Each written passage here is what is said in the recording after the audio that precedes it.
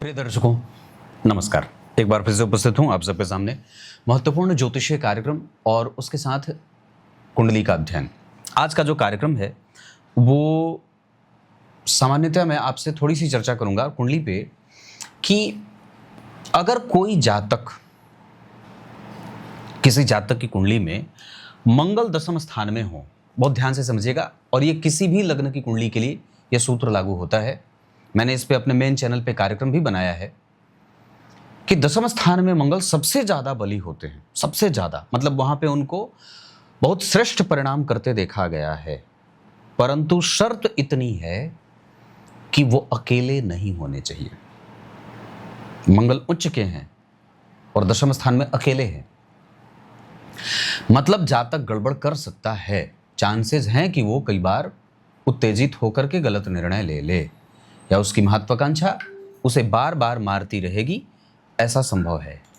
तो मेरे कहने का अर्थ यह है कि अगर आपकी कुंडली में मंगल बहुत ज़्यादा उच्च के स्थिति में जाकर के बैठे हैं, और खास करके अगर मंगल उच्च में बैठे हैं तो उनकी डिग्री, अगर जैसे यहाँ पे मंगल देखिए 4 अंश पे बैठे हैं, मतलब अगर मंगल दशम स्थान में बैठे हैं, मैं एक किसी ज्योतिष का ही कोई, मुझे किसी ने भेजा था कि पंडित जी क्या ये सही, क्योंकि मेरे पास जो लोगों की रील्स आती हैं वो भेजे गए लोग कुछ मुझे भेजते हैं, तो उन्होंने कहा पंडित जी दशम स्थान का मंगल है तो क्या वो बहुत अच्छा होगा, क्योंकि आपने तो बताया है कि हाँ दशम स्थान के मंगल अच्छे होते हैं लेकिन अकेले नहीं होते, पर ये महानुभाव तो कुछ और कह रहे हैं। मैंने कहा देखिए, दशम स्थान के मंगल स्वग्रही हैं। निश्चित रूप से जातक के जीवन में एक फायदा ये होगा कि वो महत्वाकांक्षी होगा, वो अपने बल पे सारी चीजें करना चाहेगा। लेकिन सिर्फ दशम स्थान में मंगल बैठ गए और वो बहुत ज्यादा अच्छे हो गए, उच्च के हो गए, तो इस आधार पर फलकथन करना थोड़ी जल्दबाजी होगी। क्यों होगा? क्योंकि मंगल किस अवस्था में बैठे हैं ये वहां पे जानना बहुत ज्यादा आवश्यक है। अब जैसे वर्तमान ये जो कुंडली है इसमें मंगल 4 अंश पे बैठे हैं, तो संभव है कि जातक गड़बड़ करेगा। 20 से 25 अंश, 10 से 20 अंश, 10 से लेकर के 28 अंशों, 10 से 20, 20 से 28 अंश का तो जो मंगल होगा वो काफी एक्सपीरियंस मंगल होगा, और लेकिन यहाँ पे उसके कंफ्यूजन के योग कई गुना बढ़ जाएंगे, या व्यक्ति का जो करियर है वो थोड़ा बहुत संशयों के बीच से गुजरता है। यही हाल शुक्र के साथ भी होता है कि जब जन्म कुंडली के दशम स्थान में शुक्र अकेले बैठेंगे तो व्यक्ति को कई बार उसके करियर को लेकर के उहापोह वाली स्थिति में लेके जाते हैं। तो मेरे कहने का अर्थ इतना है कि अगर आपकी कुंडली के दशम स्थान में ये दोनों में से कोई एक ग्रह बैठे हैं तो आपको बहुत सावधानी से उसका विश्लेषण करना होगा, बहुत सावधानी से उसका अध्ययन करना होगा। नहीं तो अब कई बार लोग मंगल को देख करके कि मंगल यहाँ दशम स्थान में रोचक योग बना रहे हैं तो आप कुछ भी कर लीजिए मंगल से संबंधित, नहीं, यह निर्णय गलत होगा। क्योंकि जब तक आप संपूर्ण सम्यक अध्ययन नहीं करेंगे तब तक मंगल को आपने भली भांति नहीं समझा है। तो 4 अंश के मंगल और 28 अंश के मंगल में अनुभव का अंतर होगा। 28 अंश वाले मंगल बहुत अनुभवी होंगे, वो दूरदृष्टता उनके पास ज्यादा होगी, जबकि 4 अंश वाले के पास जो दूरदृष्टता है वो कम है, वो नहीं है, उस पर आप विश्वास 100% नहीं कर सकते। वो जातक उतावलेपन में है, बेचैन है, उसमें घबराहट है, जल्दबाजी है, इंतजार नहीं है, पेशेंस कमजोर है उसका। 20 अंश वाले मंगल पेशेंस के साथ काम करते हैं, उसको सेनापति बनाया जा सकता है, जबकि 4 अंश वाला सेनापति की दौड़ में है, वो सेनापति नहीं है। जिस तरीके से चुनाव में बहुत सारे लोग होते हैं, पर वस्तुतः कौन अधिकारी है उस चुनाव के जीतने का, ये उसकी योग्यता और उसकी कर्मठता पे तय होती है।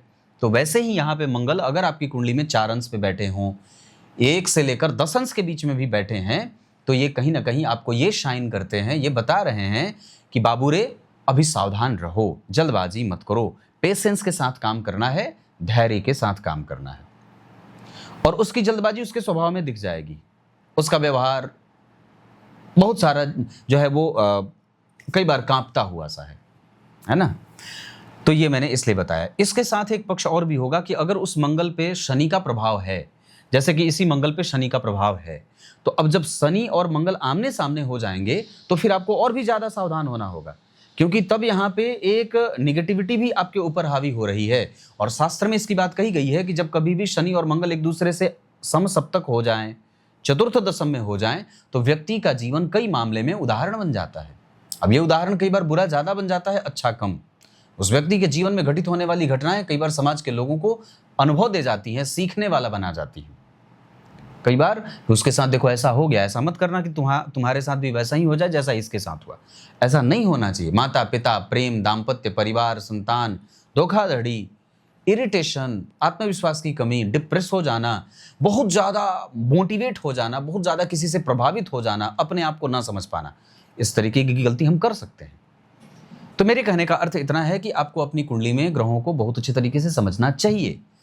सिर्फ दशम स्थान में बैठ जाने से ग्रह बलवान और मजबूत और कमजोर नहीं होता है, या किसी भी भाव की बात करें तो। अब आइए यहां से मैं मूल कार्यक्रम की शुरुआत करता हूं और सबसे पहले बात करूंगा जातक की कुंडली के पंचांग से आपका परिचय करा देता हूं।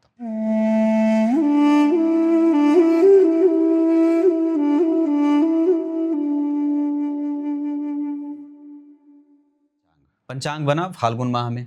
अब ऐसे लोगों का जो व्यवहार होता है वो कई बार प्रेमी किस्म का ज्यादा होता है, मतलब उनको प्रेम के ही वशीभूत किया जा सकता है।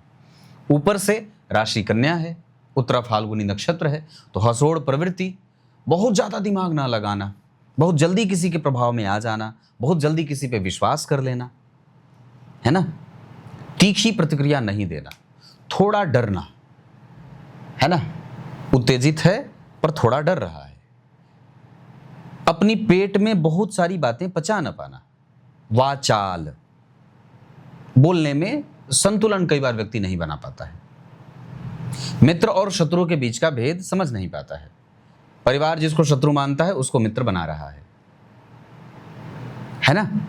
तो यहां पे उसके बाद उत्तरायण में सूर्यदेव, बुधदेव, गुरुदेव, शुक्रदेव, चंद्रमा, ये सब बली होते हैं, मतलब सकारात्मक है, पॉजिटिविटी ज्यादा है, निगेटिविटी भी है और पॉजिटिविटी ज्यादा है। रविवार को जन्मे हैं, पित्ताधिको, अति चतुरस, तेजस्वी, समरभ प्रिय, समाज की व्यक्ति को चिंता होती है। कृष्ण पक्ष की चतुर्थी तिथि के चंद्रमा व्यक्ति को, हालांकि कन्या राशि से प्रभावित होने के कारण व्यक्ति का जो महत्वाकांक्षा का जो बल है, वो जो उसको प्राप्त होता है वो व्यापार से ज्यादा प्राप्त होता है। पितर इसके देवता होते हैं, मतलब ये जो नक्षत्र है इसके स्वामी अर्यमा नाम के पितर हैं। तो ओम अर्यमणे नमः इस मंत्र का जप करना चाहिए। कपास की जड़ गले में धारण करना चाहिए। वस्तुतः जो, अब एक बात और भी देखें, जैसे उत्तरा फाल्गुनी नक्षत्र पे ही मैं बात कर रहा हूं जो कन्या राशि के अंतर्गत है, तो कन्या राशि जो है वो पेट का क्षेत्र है ना। तो पेट से संबंधित समस्या व्यक्ति को कई बार परेशान करती है, या व्यक्ति कल को अगर कुछ परेशान होगा तो पेट के कारण परेशान होगा।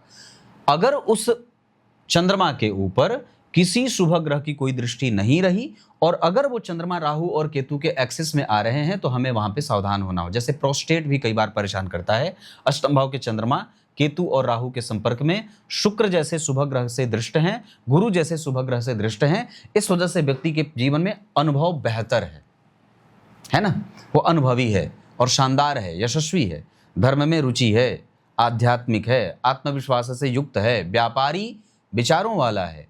मूलतया ये बुध की मूल त्रिकोण राशि है जो पृथ्वी तत्व के ग्रह होते हैं और गुरु को अपना गुरु मानते हैं और सूर्य को अपना मित्र मानते हैं, चंद्रमा को अपना शत्रु मानते हैं।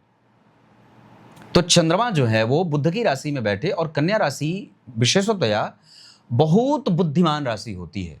इनको स्वयं पे कभी विश्वास नहीं होगा कि ये इतने बुद्धिमान हैं, पर इनका काम और इनके क्रियाकलाप, इनका जो परिणाम, काम करने की जो स्थिति होती है, जो टेक्निक होती है, वो समाज के द्वारा इनको बुद्धिमानी का ठप्पा लग जाता है। यहाँ ये व्यक्ति बुद्धिमान है, पहले उसको पता हो ना हो कि वो बुद्धिमान है, उसको अपने बुद्धि पे कभी विश्वास होगा नहीं कि वो है, पर वो है। धृति योग वैश्यवर्ण और मनुष्यगण होगा, मतलब हम मनुष्य ही हैं, जबकि वस्तुतः देवता बनने की कोशिश करनी है। यज्ञ करें, दान करें, धर्म करें, पूजा करें, पाठ करें, मंत्र जपें, गुरु दीक्षा से युक्त हों, संस्कारों का आरोहण हो, संस्कार का बल हो, है ना, गुरु मंत्र से आप दीक्षित होने चाहिए और गुरु मंत्रों का जप आवश्यक रूप से होना चाहिए।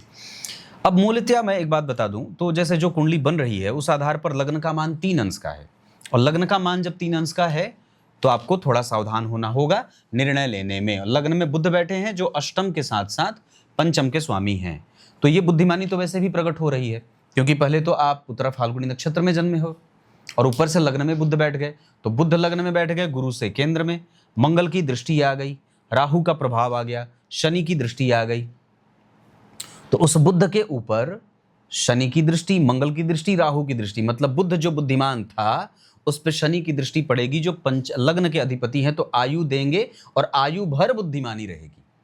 और तो और लग्न में बुध मंगल से दृष्ट हैं, तो व्यक्ति अगर 68, 70, 80, 90, 100 साल का भी होगा, फिर भी उसके जीवन में जो उसके स्वभाव में बचकानी हरकतें हैं या बचपना है वो जीवित रहेगा।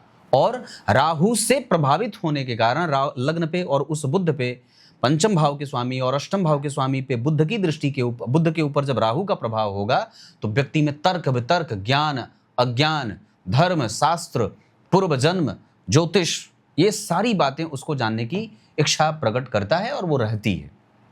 गुरु से केंद्र में होने के कारण धर्म के प्रति सजग प्रहरी बनता है धर्म का। और उस बुध के 12वें भाव में सूर्य बैठे हैं, तो ये वेसी वाशी योग का निर्माण होगा, जिसमें व्यक्ति कई बार निश्चल स्वभाव वाला होता है, उसके मन में कोई भी गंदगी नहीं होती, पर वो करियर को लेकर के या अपने आत्मविश्वास को लेकर के कभी कभी उहापोह की स्थिति में जरूर जाते हुए देखा जाता है। 0 से लेकर के 6 अंशों के बीच का लग्न जो होगा वो आपको ये भी चिंता जाहिर करवाता है कि आपका स्वास्थ्य ठीक रहे, आप स्वास्थ्य को लेकर के कभी भी लापरवाही ना करें, विशेषतया पेट, है ना। द्वितीय भाव में उच्च के शुक्र व्यक्ति को खूब सुंदर बना देंगे और अंश बल के आधार पर 12 अंश पे हैं और वो मजबूत हैं। इस वजह से मैं ये बात कहूंगा कि शुक्र के कारण मालव्य योग और रुचक योग मंगल के कारण, साथ ही साथ गुरु और शनि का न्याय योग और मंगल और बुध का जो क्रिएटिविटी का जो प्रभाव बना है वो बहुत ही ज्यादा बेहतरीन काम करेगा जातक के जीवन में लाभ के मामले में। एकादशवें भाव में जो केतु बैठ रहे हैं ये व्यक्ति के जीवन में अनुभवों के साथ सुख देंगे और धन देंगे, जबकि एकादशवें भाव के स्वामी का चतुर्थ स्थान में बैठना और चतुर्थ स्थान के अधिपति का द्वितीय भाव के स्वामी के साथ परिवर्तन करना जीवन के सर्वस्व सुखों से व्यक्ति को रख देंगे। मतलब इसमें कोई संशय नहीं है कि व्यक्ति को माता पिता, भाई बहन, कुटुंब जन, इष्ट मित्र, है ना, परिणाम बहुत अच्छा मिल जाता है, नौकरी बहुत अच्छी होती है, लॉ का क्षेत्र बहुत अच्छा होता है, कानूनी प्रक्रियाओं को जानने वाला होता है, अपने उम्र से ज्यादा का ज्ञान हासिल करने वाला होता है। ये सारी बातें यहाँ पे शामिल होती दिख रही हैं। लग्न में बुध बहुत अच्छा काम करेंगे, केंद्र में गुरु बहुत अच्छा काम करेंगे, चंद्रमा पे गुरु का प्रभाव बहुत अच्छा काम करेगा। द्वितीय भाव में उच्च का शुक्र व्यक्ति अपने पिता की संपत्ति तो अर्जित करता ही है, प्राप्त करता ही है, स्वयं की भी संपत्ति बहुत ज्यादा बना करके जाता है, वसीयत लिखने वाला होता है, पुत्र संतान दाम्पत्य से युक्त होगा, क्योंकि पंचमेश लग्न में बैठे हैं, पंचम के कारक केंद्र में बैठे हैं। नौमांश चक्र में अगर विचार करते हैं तो शुक्र और बुध लग्न में बैठे, दशमांशा चक्र में गुरु और शुक्र लग्न में बैठे, इससे बढ़िया कुछ होता ही नहीं। जहां लाभेश लाभ में राहु जैसे ग्रह के कारण व्यक्ति का जो दूरदर्श होना है, दूरदृष्टिता है, वो बहुत अच्छी होगी और उसमें सहयोग चंद्रमा और केतु का, क्योंकि यहाँ पे चंद्रमा और केतु कोई खराब परिणाम नहीं देंगे, जातक के पक्ष में उसके निर्णयों से उसको मिलाने वाले साबित होंगे। गुरु स्वग्रही, शुक्र उच्च के और शुक्र यहाँ पे जन्म कुंडली में, गुरु अपनी राशि में, शुक्र जो है वो जन्म कुंडली में स्वग्रही है। तो कहने का अर्थ क्या है कि जन्म कुंडली का भाग्य भाव सुरक्षित है, भाग्येश सुरक्षित हैं और भाग्य का कारक सुरक्षित है, तो उसका जो प्रतिफल है उसके भाग्य के कारण उसको मिलता जाएगा। बस हम जल्दबाजी में किसी से प्रभावित ना हो, गलत और सही को समुचित तरीके से समझें, तर्क करें, कुतर्क ना करें, बड़ों का आदर करें और जल्दबाजी में ना रहें। ये कुंडली कानून हो जाए, पढ़ाना हो जाए, मैनेजमेंट हो जाए, डॉक्टरी हो जाए, ऐसे किसी भी क्षेत्र में तकनीक से संबंधित जितने भी विषय होते हैं, जो आधुनिक विषय है, उससे संबंधित क्षेत्र में कहीं भी सफल हो सकती है। इस कुंडली में जो सबसे उत्तम पक्ष की बात बनी है कि राहु त्रिकोण में बैठे हैं, जिसका स्वामी लग्न में बैठा है। अगर जिस भाव में राहु बैठा उस भाव का स्वामी लग्न में बैठा हो तो इससे भाव भी बलवान होता है, राहु भी बलवान होते हैं और वो ग्रह भी बलवान होता है। तो बुध जो हैं, राहु यहां बैठ करके बुध को तो बलवान कर ही रहे हैं, स्वयं के भी बलों की वृद्धि कर रहे हैं। उनके ठीक पीछे गुरु और शनि बैठे हैं। गुरु कौन है? इस कुंडली के लाभ के स्वामी। और शनि कौन है? लग्न के स्वामी। लग्न और लाभ के स्वामी एक साथ जब चतुर्थ स्थान में बैठेंगे, डिग्री में 0 अंश के हैं, उनकी दृष्टि कम होगी, लेकिन गुरु के पास दृष्टि है। गुरु चंद्रमा को भी देखेंगे, मंगल को भी देखेंगे और सूर्य को भी देखेंगे। इसका अर्थ होगा कि व्यक्ति के पास यश है, प्रतिष्ठा है, समाज को लेकर के चिंता है और चरित्र का बल भी है। 12वें भाव में सूर्य थोड़ी बहुत नेत्रों में परेशानी दे सकते हैं, पर व्यय संतुलित करेंगे। सुपलियों में दर्द दे सकते हैं, पर कई बार व्यक्ति को समझदारी से निर्णय लेने वाला भी बनाएंगे, क्योंकि दृश्य क्षेत्र में वैसे भी सूर्य उतना ज़्यादा बुरा परिणाम नहीं करते हैं। यहाँ भी सूर्य 12वें में है, यहाँ भी सूर्य 12वें में है।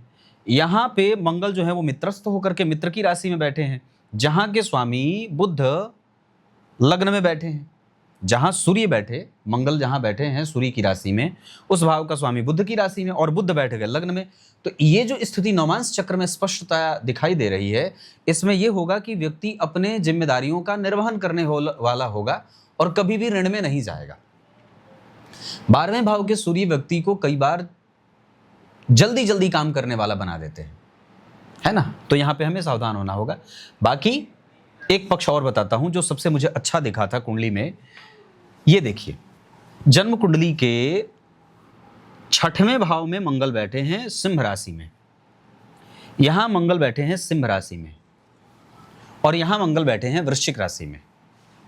मतलब इस कुंडली के दशम और तृतीय भाव के स्वामी दशम में बैठे थे। थोड़ी सुरक्षा में है क्योंकि गुरु की दृष्टि है, पर मैंने जो शुरू में बात बताई थी कम अंशों वाली, वो आपको समझदारी से निर्णय लेने पे मजबूर करेगी। मतलब आपको जल्दबाजी में नहीं जाना है। जबकि मंगल 11वें भाव में बहुत अच्छे हो जा रहे हैं, दशमांशा चक्र में मित्र की राशि में बहुत अच्छे हो जा रहे हैं। जिस भाव में बैठे हैं उस भाव का स्वामी चतुर्थ में बैठकर दशम को देख रहा है।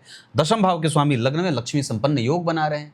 कहना तो नहीं चाहिए, पर दशमांशा चक्र में कोई योग बनता नहीं, लेकिन दशम भाव का स्वामी अगर लग्न में बैठा हो या जन्म कुंडली में दशमेश बलवान हो, दशम भाव में भाव का अधिपति बैठा हो, दशम भाव का स्वामी जन्म कुंडली में गुरु के साथ बैठा है, बहुत अच्छा। यहाँ पे कई बार व्यक्ति अपने पिता के कार्य को आगे बढ़ाता है, पिता के काम को आगे बढ़ाने के साथ साथ पिता के काम को बहुत अच्छे तरीके से हैंडल करता है। और दूसरा, नौकरी करने वाला भी होता है। अगर वो कल को नौकरी भी करना चाहे, जैसे मैंने पूर्व में कहा था कि कन्या राशि है तो व्यापार में सफल होंगे, तो दोनों ही बातें एक साथ लागू हो जाती हैं।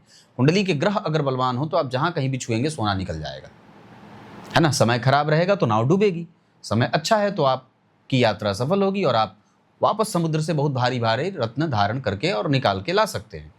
तो यहाँ पे ये जो बात है, शनि स्वग्रही, शुक्र स्वग्रही, मित्रस्थ मंगल, मित्रस्थ सूर्य शुक्र, दशमांशा चक्र में मित्र की राशि में मंगल, मित्र स्वग्रही चंद्रमा, और जहां पे सूर्य बैठे हैं इस भाव का स्वामी पंचम भाव में, यहां पे गुरु और शुक्र का बलवान होना शनि। मतलब ये बहुत मजबूत कुंडली होगी जो 100% से ज्यादा परिणाम करेगी जातक की कुंडली पक्ष में। बुध जो है वो 2 अंश के हैं, इनकी दृष्टि नहीं है, लेकिन बैठे हैं तो फल करेंगे। शुक्र जो है वो 12 अंश पे हैं, उनकी दृष्टि व्यक्ति को सुंदर बनाएगी। राजाओं के घर में रहने वाला, राजाओं के कुल में जन्म लेने वाला, खानदानी परंपराओं में विश्वास करने वाला, पत्नी के पीछे पीछे नहीं घूमने वाला, काम से प्रभावित नहीं होने वाला। उसके बाद शनि का प्रभाव 0 अंश पे है, कम है, इनको और थोड़ा डिग्री में होना चाहिए था क्योंकि लग्नेश है, पर फिर भी लग्नेश का चतुर्थ स्थान में जाना स्वतः अपने आप में एक राजयोग ही होता है। उसके बाद उनके साथ शनि बैठे हैं, शनि के साथ गुरु। तो शनि के साथ जब गुरु बैठते हैं तो गुरु का बल कमजोर और शनि का बल बढ़ जाता है। लेकिन यहाँ शनि का बल फिर भी थोड़ा असंतुलित ही मिलेगा क्योंकि उनके पास डिग्री का बल कम है, जो उतने परिपक्व नहीं होंगे। गुरु फिर भी इस मामले में परिपक्व ज्यादा हैं। मतलब गुरु की दशा में व्यक्ति मजबूत और अच्छा निर्णय ले सकता है, समझदारी से भरा निर्णय लेगा, उसका निर्णय सही सिद्ध होगा। पर शनि की दशा में लग्नेश होने के बावजूद 0 अंश पे होने के कारण हमें सावधानी से आगे बढ़ना होगा। राहु 21 अंश पे हैं, ये संपूर्णतः अपनी दशा काल में परिणाम करेंगे और भाग्य पे दृष्टि डालेंगे, लाभ पे और जन्म कुंडली के लग्न पे। मतलब लग्न पे राहु की दृष्टि है और कुंभ राशि को देख रहे हैं जो उनके मित्र की राशि है। इस वजह से वहां पे राहु एक समुचित अध्ययन देते हैं, परिपक्वता देते हैं। अष्टम स्थान में कन्या राशि के स्वामी जो है वो लग्न में बैठे हैं, तो बेवजह की चिंता यहाँ पे रहेगी। लेकिन अष्टम स्थान के चंद्रमा इम्यून को कमजोर करते हैं, पाचन तंत्र को कमजोर करते हैं, रक्तवाहिका नालिका, रक्त नालिका कहते हैं, उसको प्रभावित करते हैं। और कई बार जो है वो थोड़ा इन्फेक्शन वगैरह भी होता है पेट वगैरह में। लेकिन चंद्रमा यहाँ पे 7 अंश पे बैठे हैं, इनकी दृष्टि द्वितीय भाव पे, और शुक्र 12 अंश पे। मतलब शुक्र और चंद्रमा प्रॉपर एक दूसरे को देख करके व्यक्ति के जीवन को भरने का काम कर रहे हैं। चंद्रमा से तीसरे घर के मंगल व्यक्ति को थोड़ा बहुत कभी कभी भाग्य में संघर्ष देगा, लेकिन पराक्रमी जरूर व्यक्ति होता है।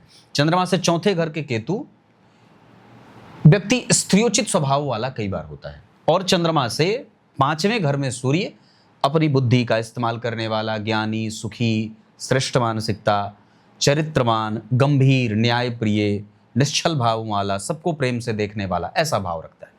चंद्रमा से शुक्र, कई बार दाम्पत्य में छोटे मोटे कलह के वातावरण दिखाई देंगे क्योंकि यहाँ पे राहु का प्रभाव है, इस वजह से। हालांकि फिर भी पत्नी के आने के बाद व्यक्ति के करियर की ऊंचाई और भी ज्यादा ग्रोथ होगी, इस वजह से उन्हें आदर देना आपका काम होगा। मंगल जन्म कुंडली में 4 अंश पे हैं। अब विचार करिए, तो कुंभ लग्न की कुंडली के लिए मंगल अच्छे भाव के स्वामी नहीं होते हैं, दसम स्थान के स्वामी होते हैं, तृतीय होते हैं। इस कुंडली के लिए वो मारक होते हैं, क्योंकि तृतीय स्थान भी मारक होता है। तृतीय स्थान तो कई बार द्वितीय स्थान और सप्तम स्थान से ज्यादा मारक का काम करता है। तो यहाँ पे मंगल के ऊपर शनि का प्रभाव है और किसी शुभ ग्रह में से गुरु की दृष्टि जा रही है, जो गुरु इस कुंडली के लिए पापी भाव के स्वामी होते हैं। तो कहीं ना कहीं गुरु की दृष्टि जो मंगल पे जाएगी वो थोड़े पाप के प्रभावों की वृद्धि करेगी, क्योंकि उस गुरु को कहीं से भी किसी शुभ ग्रह का कोई प्रभाव नहीं मिल रहा है। इस वजह से गुरु में पाप है, शनि के साथ बैठे हैं, नेचुरली एक पापक ग्रह है, लेकिन वो इस कुंडली के लिए शुभग होगा। मंगल इस कुंडली के लिए पापक होते हैं और वैसे भी पापक हैं। इस आधार पर मंगल इस कुंडली के लिए प्रबल मारक ग्रह होंगे। मतलब मंगल की दशा में हमें मारक दोषों को झेलना पड़ सकता है। अब महामृत्युंजय का जप हो जाए, बजरंगबली की पूजा हो जाए, सुंदरकांड का पाठ हो जाए, अखंड कीर्तन हो जाए, है ना, घर की सफाई खुद से हो जाए, बड़े छोटे भाई बहनों से मतभेद ना हो, है ना, शत्रुओं से आग गोला बारूद एडवेंचर वगैरह से बचने की स्थिति में व्यक्ति को जाना चाहिए। करियर में कोई ऐसा गलत निर्णय ना हो जो आपको बिल्कुल ही निगेटिवली वो कर दे, नीचे गिरा दे। तो ऐसा मंगल ये सब इस तरीके से मारने का काम करेंगे। तो मैंने इतनी बात कही। और उसके बाद देखिए, तो मंगल 4 अंश में उनकी दृष्टि नहीं है। बहुत अच्छी बात है कि दृष्टि नहीं है। अब यहाँ पे कैटेगराइज करते हैं थोड़ा सा कि मंगल के पास दृष्टि नहीं है, बहुत अच्छा है, पर दृष्टि नहीं थी शनि के पास, वो अच्छा नहीं था। लग्नेश के पास कम से कम दृष्टि का बल होना चाहिए और बढ़िया मजबूत अवस्था का होना चाहिए, 20-22 अंश का होना चाहिए, जो कि नहीं है। लग्न का मान कम से कम मजबूत होना चाहिए, 20-22 अंश का लग्न होना चाहिए, जो कि नहीं है। लग्न में कौन बैठा? जन्म कुंडली के पंचमेश बैठे, बहुत अच्छी बात है। लेकिन सामान्यतया यहाँ पे पंचमेश हैं तो ये शुभ होंगे, क्योंकि शुभ भाव के भी स्वामी होते हैं, अशुभ भाव के भी स्वामी होते हैं। पर शुभ भाव पहले है, इस वजह से ये शुभ होंगे पहले, है ना। और शुभ भाव होके स्वामी होकर के लग्न में बैठे हैं, गुरु से केंद्र में है, इस वजह से ये शुभ परिणाम ज्यादा करेंगे। हाँ, ये बात है कि अगर उनके पास वक्री वो नहीं होते या वो अस्त नहीं होते तो और भी उनका शुभ प्रभाव बढ़ता। वक्री भी हैं और अस्त भी हैं, इस वजह से जो ज्ञान, जो यश, जो प्रतिष्ठा, जो सम्मान, जो संतान, जो प्रेम, जो एक चैरिस जिसको बोलते हैं, बहुत अच्छी लग्जरी वाली बात जो कहते हैं, जिसकी बुद्धिमत्ता बहुत अच्छी है, उसमें हम कभी कभी संशयों में जा सकते हैं, क्योंकि ग्रह जो है वो डिप्रेस हो रहा है, सूर्य से अस्त है और बुध अपने वक्री चाल से दूषित परिणाम भी दे सकते हैं। उनके ऊपर शनि और मंगल का प्रभाव है। इसका अर्थ होगा कि हमें संतुलित पर्यावरण का निर्माण खुद से करना होगा। मित्रों से सावधान रहें, बहुत ज्यादा अपने ऊपर विश्वास करके कोई गलत निर्णय ना लें, ये बात मैं कह रहा हूं। ये इतनी सारी बातें। नवमांश चक्र में लग्न में शुक्र बुध का बैठना केतु के साथ ये बहुत ही ज्यादा अच्छा होगा। मतलब नवमांश में शुक्र और बुध और दोनों ही ग्रह अच्छे हैं, इस वजह से अनुभव बढ़ेगा, ज्ञान बढ़ेगा, शुद्धता बढ़ेगी। ये दोनों ग्रह अपनी दशा काल में काफी अच्छा परिणाम भी दे सकते हैं। उसमें शनि का सहयोग भी मिलेगा। शनि भाव से वर्गोत्तम, बुध भाव से वर्गोत्तम, मंगल हर जगह बहुत अच्छी स्थिति में है, सूर्य भी भाव से वर्गोत्तम है। तो ये ग्रह कुंडली को इतना सारा दे रहे हैं कि आप उसकी मतलब कोई कल्पना भी नहीं कर सकते। नक्षत्र में बात करते हैं तो सूर्य धनिष्ठा में एनर्जी अच्छी है और वो कुंभ की तैयारी कर रहे हैं। मकर में बैठे हैं 28 अंश पे, वो कुंभ से प्रभावित होंगे। इसका अर्थ होगा कि सूर्य जो है वो दार्शनिक होंगे और वो जातक को अपनी दशा काल में सत्य निर्णय देंगे, जो जातक को कई बार बुरा लग सकता है कि अरे मुझे ऐसा मिलना चाहिए था लेकिन नहीं मिला, क्योंकि सूर्य जो है वो कुंभ की यात्रा कर रहे थे, दार्शनिक राशि में जा रहे थे, इस वजह से ऐसा हो सकता है। उसके बाद अगर बात करते हैं तो जो मंगल है वो अपरिपक्व होकर के निर्णय दे सकते हैं। लग्न में बुध भी थोड़े बहुत डिफिशियंसी से परिणाम करेंगे 2 अंश के कारण, क्योंकि उनके पास दृष्टि का बल नहीं है और ग्रह जो है वो पाप प्रभाव में है, मंगल शनि के प्रभाव में है। उसके मंगल शनि के प्रभाव में है, लेकिन याद रखिए मंगल के पाप प्रभाव में ज्यादा है, राहु से उसको बल मिल रहा है, शनि की दृष्टि उसके पास नहीं होगी। पर मंगल के पास, बुध के पास 2 ग्रह की दृष्टि का बल जो मिल रहा है वो नेगेटिव मिल रहा है, क्योंकि मंगल भी इस कुंडली के लिए अच्छे नहीं होते। राहु तो जन्म कुंडली में चलो ठीक है, फिर भी राहु उतना बुरा नहीं करेंगे मंगल के लिए बुध के लिए जितना मंगल के लिए कर रहे हैं। मंगल उनको कर रहा है, समझ रहे होंगे। इसके बाद अगर बात करते हैं तो चंद्रमा उत्तरा फाल्गुनी में शिक्षकीय योगों से युक्त है, स्वास्थ्य का थोड़ा ध्यान देना होगा। मंगल अनुराधा नक्षत्र में और शनि जो हैं वो बैठे हैं कृतिका नक्षत्र में। तो अब विचार करें तो मंगल अनुराधा में बैठे हैं पर शनि से दृष्ट हैं, इस वजह से यहाँ पे शनि और मंगल एक दूसरे की दशा में या एक दूसरे को सपोर्ट करते हुए नजर आएंगे। तो कुछ मंगल की दशा में नक्षत्र के स्वामी से दृष्ट होने के कारण कुछ अच्छे परिणाम भी जातक की कुंडली में मिलेंगे, जिसके कारण समाज में उसका नाम और यश बढ़ेगा। जबकि बुधदेव धनिष्ठा नक्षत्र में बैठे हैं और वो मंगल उनको देख रहे हैं, इसका मतलब होगा कि बुध 100% मंगल से प्रभावित नहीं है, क्योंकि मंगल उस नक्षत्र के स्वामी हैं जिसमें बुध बैठे हैं, और नक्षत्र का स्वामी अगर नक्षत्र को देखे तो उसका बुरा नहीं करेगा। मतलब मंगल ही बुध को थोड़ा नर्चर करेंगे। उसके बाद गुरु जो हैं वो जन्म कुंडली में कृतिका में बैठे हैं और वो सूर्य को देख रहे हैं, सूर्य धनिष्ठा में बैठे हैं। तो इस आधार पर अगर बात करते हैं तो गुरु का मित्रस्थ या मित्र की राशि में बैठना, अपने भाव में या मतलब परिवर्तन करके बैठना, गुरु को भी एक परोक्ष या प्रत्यक्ष दोनों तरीके से बल दे रहा है। इसका फायदा जातक के नैतिकीय तत्व और न्याय प्रियता में देखने को मिलेगा। गुरु की दशा में व्यक्ति को सही और गलत में समझदारी बढ़ेगी और वो किसी के पक्ष में और किसी के विपक्ष में नहीं जाएगा, मजबूत निर्णय लेगा, मतलब सही निर्णय लेगा। उसके बाद अगर शुक्र की बात करते हैं तो उत्तरा भाद्रपद में बैठे हैं, शनि के नक्षत्र में हैं, तो कभी कभी पेट में चिंता हो सकती है, स्वास्थ्य में परेशानी हो सकती है, कभी कभी मन खिन्न हो सकता है, लेकिन शुक्र बढ़िया बैठे हैं। मैं समझता हूं कि शुक्र यहाँ सबसे ज्यादा अच्छे बैठ रहे हैं, और भाग्येश अगर जन्म कुंडली का अच्छा बैठा हो तो विशेष चिंता करने की कोई आवश्यकता नहीं है, और ये बहुत उत्तम पक्ष का निर्धारण करेगा जातक की कुंडली के लिए, है ना। उसके बाद शनिदेव मैंने कृतिका में कहा ठीक बैठे हैं, कोई खराबी नहीं है, लेकिन उनके पास डिग्री का बल तो कम से कम होना चाहिए था। नौमांश चक्र में भी उनके पास डिग्री नहीं है। वर्गोत्तम है तो श्रेष्ठ परिणाम जरूर करेंगे, उनके ऊपर दबाव रहेगा कि भाई तुम्हें जातक को देना है, वो देंगे भी, पर पूरी प्रसन्नता से नहीं देंगे। लग्नेश होने के बावजूद उनके पास डिग्री का बल नहीं होने से कई बार वो व्यक्ति को डिफिशियंसी के साथ परिणाम देंगे अपनी दशा में। वर्तमान में तो राहु चल रहे हैं, वैसे भी राहु और शनि की दशा जो है वो किसी भी जातक के लिए बहुत अच्छी नहीं होती है, तो हमें संपूर्णतया राहु की दशा 2037 तक जो चलेगी उसमें हमें सावधान रहना है और बहुत सावधानी से निर्णय लेना है। जब कभी भी राहु में अगर विचार करें तो राहु में केतु, राहु में शुक्र धन देंगे 2030 के बाद, लेकिन धन बचेगा नहीं। उसके बाद राहु में सूर्य, तो राहु में सूर्य में स्वास्थ्य कमजोर हो सकता है। राहु में चंद्रमा, यहाँ पे व्यक्ति सफोकेट हो सकता है, गड़बड़ कर सकता है, कुछ चीजें स्पष्ट नहीं होंगी कि क्या हो रहा है, एक काम के कारण 3 काम लटका रहेगा। उसके बाद राहु में मंगल, तो राहु में मंगल स्वास्थ्य, चोट चपेट की घटना, दुर्घटना, मारक योग चलेगा, मतलब राहु में मंगल हमें मारक लगेगा और उस समय हमें ज्यादा कष्ट हो सकता है। उस समय हमें बहुत सावधानी से अपना जीवन बिताना होगा और शुद्धता से जीवन बिताने की आवश्यकता होगी। उसके बाद 2037 से 2039 तक गुरु में गुरु चलेंगे। जो कुछ भी होगा समझ में नहीं आएगा, कहते हैं ना कि सर्वे ग्रहा स्व कियासु दशासु अंतर्दशासु च, पता ही नहीं चलेगा कि क्या चल रहा है जीवन में, तो बिल्कुल स्टक होगा। थोड़ा धीरे धीरे आगे बढ़ेगा ग्रह, लेकिन गुरु एक बात जरूर है कि वो आपको थोड़ा समझदार तो जरूर बना देंगे। तो गुरु में शनि, ये अच्छा होगा, यहाँ संपत्ति बनेगी, लाभ होगा, समाज में स्टेटस मेंटेन होगा, संतान, दाम्पत्य, ये सब बहुत स्थिरता को प्राप्त करेंगे। गुरु में बुध, ये सब भी ठीक रहे।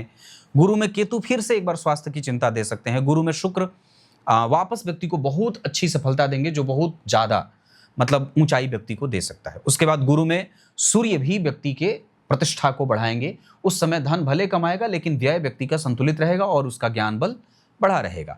गुरु में चंद्रमा बहुत श्रेष्ठ परिणाम ये भी देंगे अपनी दशा काल में, क्योंकि हर जगह ये लगभग आपकी समस्या को समझा रहे हैं और समझने में मदद कर रहे हैं। गुरु चंद्रमा यहाँ भी ठीक है, यहाँ भी ठीक है ना, और बाकी ग्रह के पास बल काफी अच्छा है।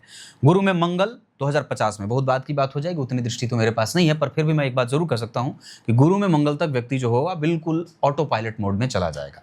और गुरु में राहु फिर से वापस एक बार शारीरिक कष्ट और बुढ़ापे की चिंता व्यक्ति को सता सकती है। भविष्य की प्लानिंग करनी चाहिए और जितना ज़्यादा हो सके अपने आप को सुरक्षित करने के लिए आमदनी को नियंत्रित करना चाहिए। बहुत अच्छे तरीके से उसकी प्लानिंग करनी होगी कि हम भविष्य के लिए अपने आप को कितना बचा करके अपने आप को दे पा रहे हैं और बच्चों के लिए क्या दे पा रहे हैं, अपने लिए क्या दे पा रहे हैं। मंगल से तृतीय भाव में सूर्य का होना अच्छा होगा, व्यक्ति को आक्रामक कभी कभी बनाएंगे, क्योंकि लग्न पे भी उनकी दृष्टि है और मंगल शनि से भी प्रभावित है। इस वजह से ये बात जरूर है कि व्यक्ति कई बार हिंसक हो सकता है और जब क्रोध आए तो कुछ भी कर सकता है। और पिता भाव, पिता के लिए, माता के लिए ये कुंडली बहुत अच्छी है। पिता माता के लिए कोई कष्ट वाली बात इस कुंडली में नहीं है। कुटुंबजनों से व्यक्ति कुटुंबजनों को देने वाला होता है, कुटुंब से इसको कभी मिलेगा नहीं, पिता से मिलेगा पर उस पर उसका विश्वास बहुत ज़्यादा नहीं है। हाँ, पर यह बात जरूर है कि पिता के काम को आगे जरूर बढ़ा सकता है और जिम्मेदार है, पैतृक संपत्ति की वृद्धि करने वाला होगा, बेचने और हटाने वाला नहीं होगा। उत्तरा फाल्गुनी में दान करना चाहिए। कृतिका, उत्तरा भाद्रपद, अनुराधा, पुनर्वसु, ये सब नक्षत्र किसी भी कार्य को करने के लिए बहुत अच्छे रहेंगे। मिथुन राशि और तुला राशि बहुत अच्छी रहेगी। उत्तर दिशा धन कमाने के लिए बहुत अच्छा रहेगा।